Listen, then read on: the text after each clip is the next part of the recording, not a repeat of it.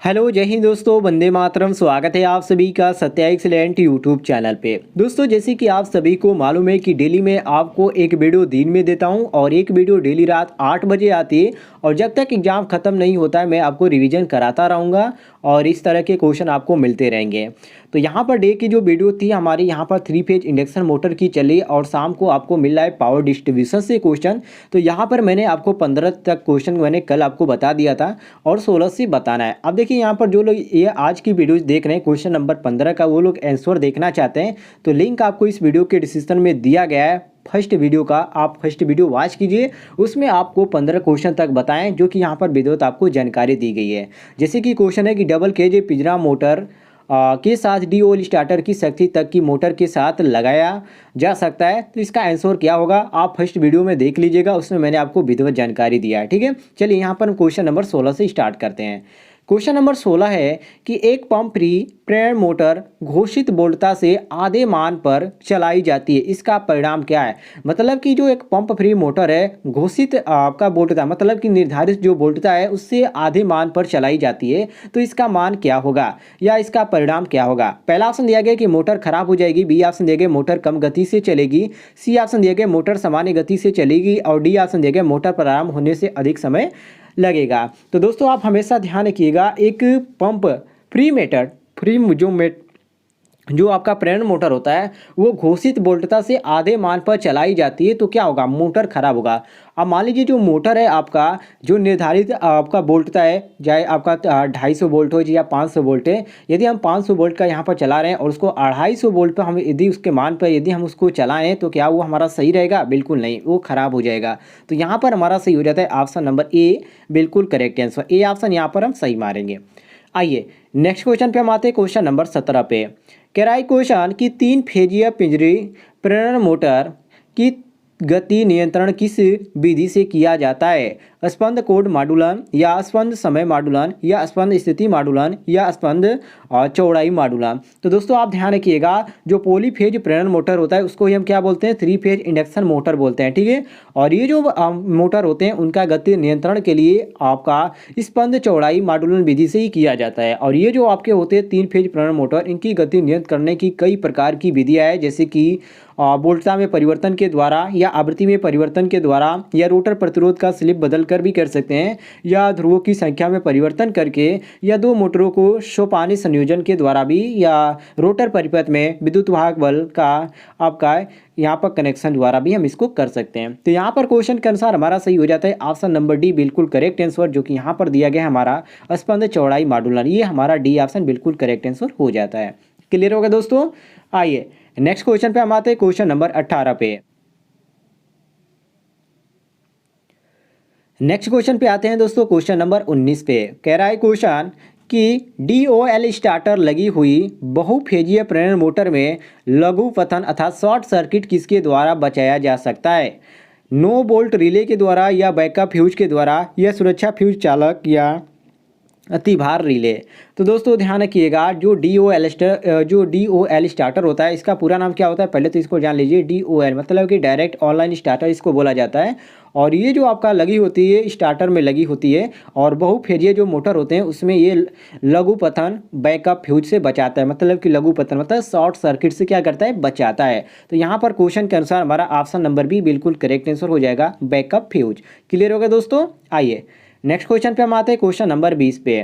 कह रहा है क्वेश्चन कि स्लिप रिंग प्रेरणी में घूर्णन कुंडलन अर्थात रोटर वाइंडिंग में प्रतिरोध किस कारण से जुड़ा जाता है? प्रारंभिक धारा कम करने और प्रारंभिक घूर्ण बल बढ़ाने के लिए, या प्रारंभिक धारा सीमित करने के लिए, या यहाँ पर दिया गया है कि प्रारंभिक धारा सीमित करने के लिए और प्रारंभिक घूर्ण बल कम करने के लिए, या डी ऑप्शन देखिए केवल प्रारंभिक घूर्ण बढ़ाने के लिए। तो देखिए दोस्तों यहाँ पर हमारा सही हो जाता है ऑप्शन नंबर ए, मतलब कि स्लिप रिंग प्रेरण मोटर में जो घूर्णन कुंडलन होता है उसमें प्रतिरोध प्रारंभिक धारा कम करने और प्रारंभिक बलागुण बढ़ाने के लिए ये जोड़ा जाता है। तो यहाँ पर ए ऑप्शन हमारा बिल्कुल करेक्ट आंसर हो जाता है, ए ऑप्शन यहाँ पर हम करेक्ट मारेंगे।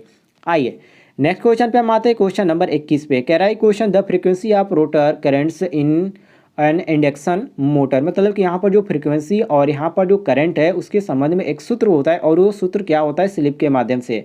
तो इसका जो सूत्र होता है दोस्तों एफ आर, एक और इसका होता है एफ आर बराबर एस इंटू एफ एस होता है। लेकिन यहाँ पर पूछने का मतलब दूसरा है इसका, ये आप देख सकते हैं जो कि ऑप्शन में आपका दिया गया, इस तरह भी आप पकड़ सकते हैं।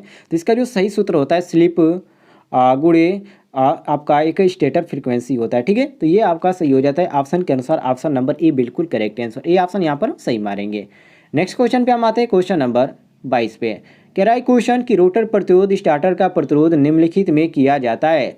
जो रोटर प्रतिरोध है उसका स्टार्टर का प्रयोग हम निम्नलिखित में से किया जाता है, कहाँ पर किया जाता है।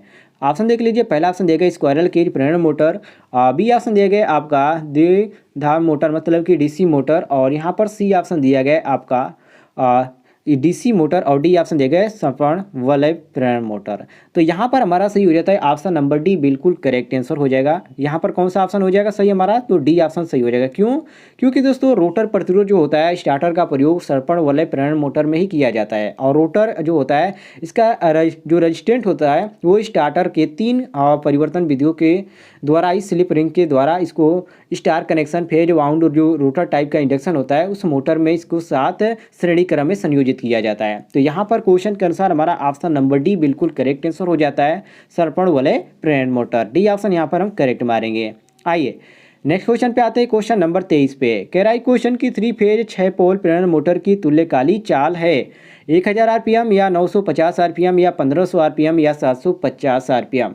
देखिए यहाँ पर मैं आपको इसका सूत्र में कई बार रिवीजन भी कर चुका हूँ, आप उस सूत्र से लगाते हैं तो इसको आप आसानी से लगा पाएंगे। देखिए यहाँ पर जो आपको फेज दिया गया इसको पहले तो आप ध्यान ना दीजिए, यहाँ पर पोलों की संख्या 6 है और कह रहा है कि पोल प्रेरण मोटर की तुल्यकालिक चाल है। तो देखिए आप किसे ऐसे इसको आसानी से लगा सकते हैं। आप सभी को मालूम है कि यहाँ पर इंडिया में 50 फ्रीक्वेंसी है, ठीक है, 50 हर्ट्ज है, तो इसको आप आसानी से लगा सकते हैं। सूत्र हमारा होता है NS बराबर 120 F/P, ठीक है, और P का मान कितना है 6 पोल है, तो 120 यहाँ पर मिल गया। फ्रीक्वेंसी का मान 50 हर्ट्ज होता ही आप सभी को मालूम है, तो यहाँ पर आप इसको आसानी से लगा सकते हैं। देखिए कैसे, बहुत आसान सवाल है दोस्तों, इसको आप आसानी से लगा सकते हैं। जैसे कि ये आपका हो गया 120, तो 120 गुणे 50/6, अब इसको आप आसानी से लगा सकते हैं, कोई भी दिक्कत नहीं। तो ये आपका कितना आ जाएगा 1000, और ये किस में आएगा तो आरपीएम में आएगा, और यहाँ पर कौन सा दिया गया तो ऑप्शन नंबर ए दिया गया हमारा बिल्कुल करेक्ट आंसर। नेक्स्ट क्वेश्चन पे आते हैं, क्वेश्चन नंबर यहाँ पर 24 पे। कह रहा है क्वेश्चन कि एक स्क्वायरल केज प्रेरण मोटर चलते समय बहुत शोर कर रहा है और जिस पात्र में ग्रीज है वह बहुत गर्म है, इसका कारण क्या है। यहाँ पर रीजन आपसे पूछ रहा है। तो देखिए एक स्क्वायरल केज जो प्रेरण मोटर है चलते समय बहुत ही शोर करता है और जिस पात्र में वो ग्रीज है वो बहुत ही गर्म है, तो इसका कारण है कि वो दोषपूर्ण बेरिंग है, मतलब कि जो जिसको आप अपने भाषा में बैरिंग बोलते हैं और इसको भाषा में आपको बेरिंग बोला जाता है, ठीक है। तो वो आपका क्या है दोषपूर्ण है, मतलब कि वो इसमें जो आपका बेरिंग है वो उसमें आपको खराबी मिलेगी, या उसमें हम कह सकते हैं कि उसमें तेल की कमी है, अर्थात उसमें जो किया जाता है वायरिंग समय उसमें ग्रीस की ज़रूरत है, इसलिए वो ज़्यादातर आपका हीट हो रहा है, ठीक है। तो इसको आप इस तरह भी कह सकते हैं कि वो आपका दोषपूर्ण है। तो यहाँ पर जो हमारा ऑप्शन मैच करा है, ऑप्शन नंबर बी मैच करा है कि खुली रोटर वाइंडिंग, यहाँ पर आपका सही हो जाता है। ऑप्शन नंबर बी बिल्कुल करेक्ट आंसर, बी ऑप्शन यहाँ पर हमारा सही हो जाएगा। नेक्स्ट क्वेश्चन पे हम आते हैं, क्वेश्चन नंबर 25 पे। कह रहा है क्वेश्चन कि 3 फेज मोटर की किन्हीं 2 सप्लाई लीडों को आपस में बदलने से क्या होता है। वेरी वेरी इंपॉर्टेंट है दोस्तों।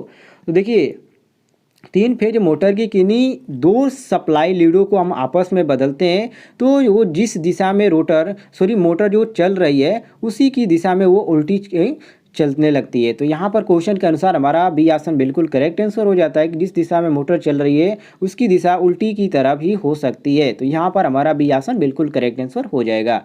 नेक्स्ट क्वेश्चन है क्वेश्चन नंबर 26। कह रहा है क्वेश्चन कि आरपीएम प्रेरण मोटर को 400 वोल्ट 50 हर्ट्ज सप्लाई से चलाया जाता है, मोटर चलेगी नहीं या जल जाएगी या 1728 आरपीएम से अधिक पर चलेगी।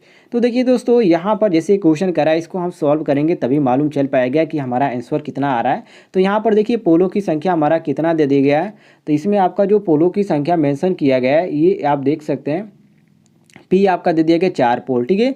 यहाँ पर ऊपर कुछ क्वेश्चन यहाँ पर छूट गया है जो कि इसमें साफ ऊपर क्वेश्चन था कि एक 20 किलोवाट 4 पोल 400 वोल्ट 60 हर्ट्ज 3 फेज 1728 आरपीएम प्रेरण मोटर को 400 वोल्ट 50 हर्ट्ज सप्लाई से चलाया जाता है तो मोटर क्या होगा। तो इसको आप NS बराबर 120 गुणे 60 अपान जब 4 करेंगे, क्योंकि यहाँ पर P का मान 4 दिया गया है तो आप इसका आंसर निकल के आएंगे 1800 आरपीएम, और इसमें आप तुल्यकालिक के अंतर्गत इसका NS स्पीड पर रखेंगे तो 120 गुणे 50/4 करेंगे तो 1500 आरपीएम आ जाएगा।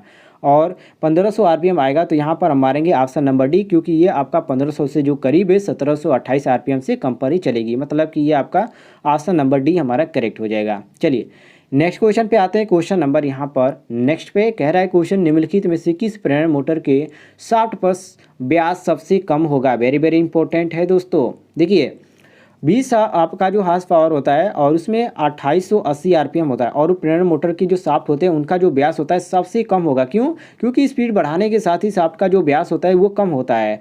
रीजन क्या है इसका? क्योंकि उसका जो उच्च गति होता है उसके लिए शाफ्ट का हल्का होना आवश्यक है, इसीलिए ऐसा होता है। तो यहाँ पर हमारा ए ऑप्शन बिल्कुल करेक्ट आंसर हो जाता है। 20 हार्स पावर 2880 आरपीएम। क्लियर हो गया दोस्तों। नेक्स्ट क्वेश्चन पे आते हैं।